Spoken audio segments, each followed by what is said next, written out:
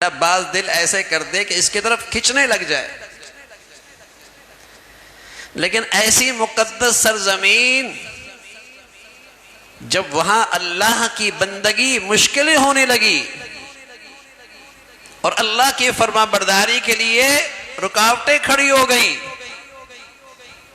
وہاں شرک پر مجبور کیا گیا، اللہ کی نافرمانی پر زبردستی کی گئی، آپ علیہ الصلوۃ والسلام نے فرمایا اب اسے بھی چھوڑ دو، حبشہ چلے جاؤ۔ کچھ عرصے کے بعد پھر فرمایا اب تم بھی حبشہ چلے جاؤ، اور پھر ایک وقت آیا کہ اللہ رب العزت نے اپنے حبیب سے فرمایا آپ بھی اب اس خطے کو چھوڑ دیں، آپ بھی مدینہ چلے جائیں۔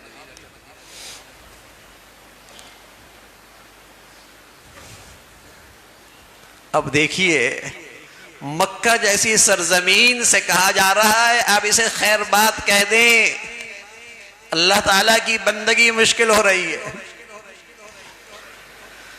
تو بتائیے جب اس شہر کے ساتھ یہ معاملہ ہے تو دنیا کے اور شہر کس شمار اور قطار میں ہے؟ جہاں ہم جا رہے ہوتے ہیں، ہماری اولادیں جا رہی ہوتی ہیں، جہاں ہماری نسلیں رہائش پذیر ہو رہی ہوتی ہیں، ایسی دنیا جہاں مادیت ہے، جہاں غفلت کا ماحول ہے، وہاں جانا تو ناجائز نہیں ہے، لیکن وہاں رہ جانا، وہاں رہ جانا جہاں آئندہ نسل کی اسلام پہ مرنے کی کوئی ضمانت نہیں ہے، جہاں رہ کر اسلام کے بارے میں وہ جوش و خروش، وہ اللہ کی فرما برداری پر مر مٹنے کا جذبہ جہاں نہ پیدا ہو جائے، وہ کم از کم مسلمان کے لیے رہنے کی جگہ نہیں ہے۔ مسلمان کی زندگی کا مقصد ان اسفار سے، ان زندگی کے ان نقشوں سے کوئی میل نہیں کھاتا۔ ہاں جہاں اس کا ایمان محفوظ ہے اور جہاں اسے دوسروں کی ایمان کی بھی فکر ہے،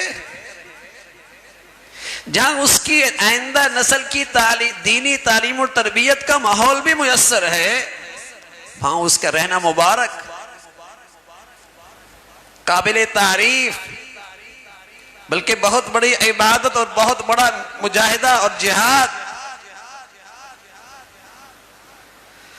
لیکن جہاں اس کے لیے اللہ کی بندگی خود مشکل ہو جائے یا اس کی نسل کا مشکل ہو جائے، تو مسلمان کی زندگی کا مقصد اس زندگی سے کوئی میل نہیں کھاتا۔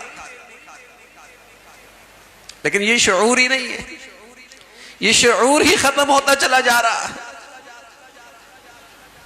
اور یہ سوچ ہی نہ رہی کہ میری اولاد اللہ کی فرما برداری پہ نہ مری تو حرام موت مری،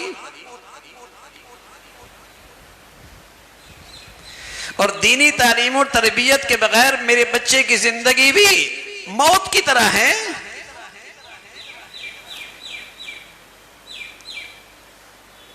اللہ نے تو اس لیے نہیں بھیجا دنیا میں۔ ہاں زندگی کا مقصد پورا ہو رہا ہے، پھر اللہ کی ساری نعمتیں اللہ کی رحمت بن جایا کرتی ہیں، چاہے وہ خوشحالی ہے، کہ چاہے وہ دولت ہے، چاہے وہ صحت اور زندگی ہے، چاہے وہ تجارت اور زراعت میں ترقی ہے، یہ ساری نعمتیں اللہ کی رحمت بن جاتی ہیں۔ حضور علیہ الصلوۃ والسلام سے پوچھا گیا یا رسول اللہ ای الناس خیر، لوگوں میں سب سے اچھا کون ہے؟ لوگوں میں سب سے اچھا کون ہے؟ آپ علیہ الصلوۃ والسلام نے فرمایا من طال عمرہ وحسن عملہ، لمبی عمر پائے اور اللہ کے فرما برداری کے ساتھ جیے۔ لمبی عمر ملی لیکن زندگی اللہ کی فرما برداری پہ ہے، سب سے اچھا۔ کہ یا رسول اللہ ای الناس شر، لوگوں میں سب سے گرا ہوا شخص کون ہے؟ سب سے برا آدمی کون ہے؟ پیارے رسول صلی اللہ علیہ وسلم نے فرمایا من طال عمر، لمبی عمر، وسع عمل وسع عمل، لمبی عمر ملے لیکن زندگی اللہ کی نافرمانی کے ساتھ، بدترین آدمی، برا آدمی ہے وہ، لمبی عمر یہ بھی لمبی عمر، وہ سب سے زیادہ قیمتی یہ سب سے کم، سب سے گھٹیا چیز کیا ہے؟ وہاں نیکی کی روح ہے، وہاں اللہ کی فرما برداری ہے، اس اللہ کی فرما برداری کے ساتھ صحت بھی نعمت، صحت بھی رحمت، حسن بھی رحمت، زندگی بھی رحمت، جوانی بھی رحمت، خوشحالی بھی رحمت، اور وہ روح نکل جائے اللہ کی فرما برداری کی، صحت بھی وبال، خوشحالی بھی وبال، طاقت بھی وبال، زندگی بھی وبال۔ یہ زندگی موت سے بدتر جو اللہ کے فرمانی پہ گزر رہے۔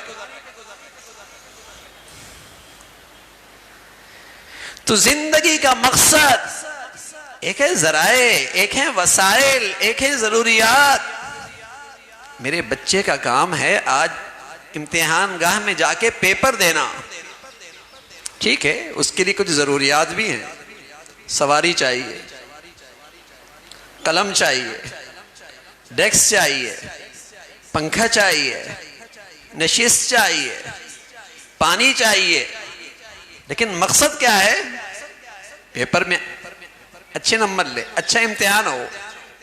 باقی ساری ضروریات وسائل ہیں اس مقصد کو پہ آنے کے لیے، آسانی کے لیے، لیکن کوئی نادان آدمی انہی ذرائع میں الجھ کے رہ جائے کہ اے سی کی ہوا ٹھنڈی نہیں، پنکھا بہت ہلکا ہے، پانی معیاری نہیں ملا، نشست کام کی نہیں تھی، اسی میں وقت گزار کے بغیر پرچہ دیے آ گیا، سب کیا کہیں گے؟ کم عقل آدمی ہے، عقل سے محروم ہے، نادان ہے،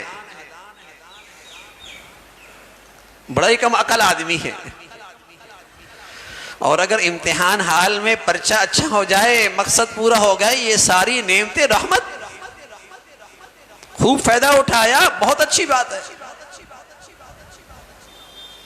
لیکن آج اس شعور کی کمی ہے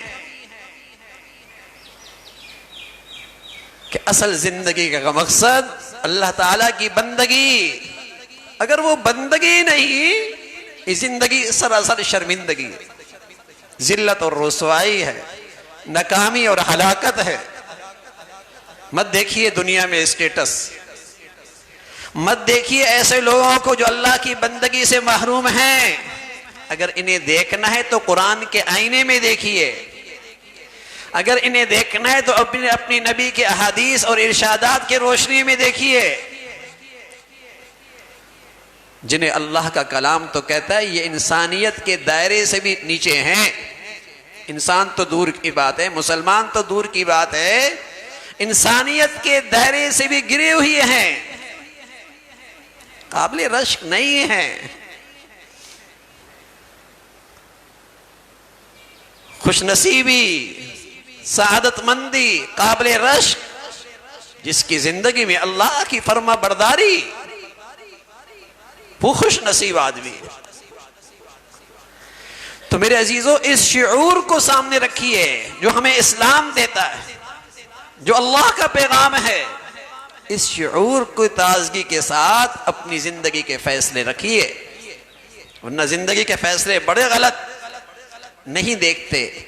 بچیاں جہاں جا رہی ہیں اس ماحول میں اس کی فرما برداری محفوظ بھی ہے یا نہیں؟ اللہ کی فرما برداری، اللہ کی حکموں کی تعمیل ہے بھی نہیں؟ وہاں تو مکہ چھوڑا جا رہا ہے، وہاں تو مکہ جیسی سرزمین کو خیرباد کیا جا رہا ہے، جس کی محبوبیت، جس کی دل آویزی دلوں کو کھینچتی اپنی طرف، سبق دیا نا، اصل چیز اللہ کی فرما برداری۔ ابو سلمہ رضی اللہ تعالیٰ عنہ مکہ سے ہجرت کر کے نکلے، کچھ لوگوں نے راستہ روک لیا. مکہ کا معیشت اور مکہ کا کمایا ہوا سرمایہ مدینہ نہیں جا سکتا. ہم نہیں چاہتے کہ مدینہ کی معیشت اور اقتصادیات مکہ کی دولت سے اس میں استحکام اور اس میں مضبوطی آئے. پیسہ نہیں لے کے جا سکتے. آپ نے فرمایا مجھے جانے دیجئے، پیسہ لینا ہے لے لو. سارا زندگی بھر کی پونجی ان کے حوالے کر. بیٹی والے آئے، کہا جانا ہے چلے جاؤ، ہماری بیٹی نہیں لے کے جا سکتے. بیوی بھی لے گئے، کچھ لوگ اپنے بھی آئے، کہا جانا ہے چلے جاؤ، بیٹا نہیں لے کے جا سکتے. وہ بھی چھین لیا گیا. یہ حضور علیہ الصلوۃ والسلام کی خدمت میں پہنچتے ہیں اور اپنی بیتی کہانی سناتے ہیں کہ یا رسول اللہ زندگی بھر کی پونجی بھی گئی، زندگی کے رفیقہ بھی، حیات بھی چھین لی، دل کا ٹکڑا بیٹا وہ بھی ظالموں نے نہیں ساتھ لے کے آنے دیا. حضور علیہ الصلوۃ والسلام سر کے فرمانے لگے یا ابا سلمہ، یا ابا سلمہ قد ربحت البیع، قد ربحت البیع. ابو سلمہ بڑے نفع کی تجارت کی ہے. سبحان اللہ، بڑے نفع کی تجارت کی ہے. اللہ کے نبی تو وہ کہتے ہیں جو انہیں اللہ بتاتے ہیں نا. اللہ کے نبی کا روشن، عقل کا روشن ہونا اور علم کا ملنا وہ تو اللہ کی خاص عطا ہے نا.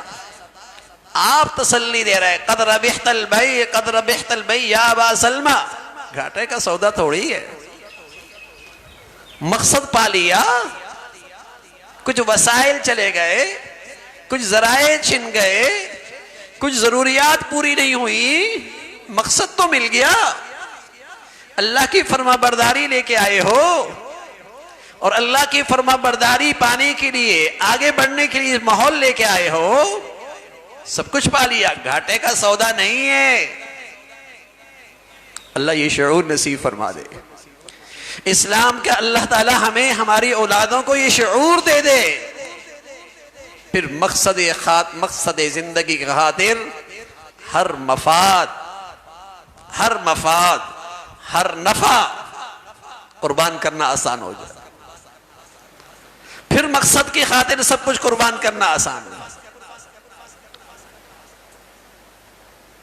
اسلام آباد میں عدالت میں فیصلہ ہو، سفر کا مقصد وہ عدالت میں حاضری ہے، اور حاضری بھی بہت اہم ہے. کچھ بھی فیصلہ ہو سکتا ہے. اب یہ نادان آدمی اس فیصلے کے لیے عدالت میں تو حاضر نہیں ہوتا، اور دائیں بائیں کے چمک دمک اور پرفضا ماحول میں جا کر وقت گزار دیتا ہے. فیصلہ اس کے خلاف ہو جاتا ہے. کیا کہیں گے؟ بڑا ہی نادان ہے. جس مقصد کے لیے یہ سفر تھا وہ تو کوئی نہیں پورا کیا. کہنے لگا بڑی اچھی تفریح رہی، کہنے لگا بہت اچھا وقت گزرا، بڑی اچھی ملاقاتیں رہیں. میاں کس کام کی؟ فیصلہ تیرے خلاف ہو گیا. تو میرے عزیزو، وہ دنیا کا اسٹیٹس اور وہ معیار زندگی، وہ خوشحالی اور وہ واہ کس کام کی اگر اللہ ہی ناراض ہو جائے؟ زندگی اللہ کی نافرمانی پہ کھڑی ہو، بڑی کم عقلی ہے. اور مسلمان کا اس کم عقلی سے کوئی تعلق نہیں ہوتا. مسلمانوں کا اس کم عقلی سے کوئی تعلق نہیں. تو مسلمان کی زندگی کا مقصد اللہ تعالیٰ کی بندگی ہے. میرے عزیزو، اس کو سامنے رکھ کر اپنی اولاد کے فیصلے کریں، اس کو سامنے رکھ کر اپنی زندگی کے فیصلے کریں، اسی کو سامنے رکھ کر اپنی زندگی کا محاسبہ کریں. اللہ تعالیٰ جینا بھی اپنی فرما برداری کا عطا فرمائے اور خاتمہ بھی اپنی فرما برداری پہ عطا فرمائے. وآخر دعوانا الحمدللہ رب العالمین.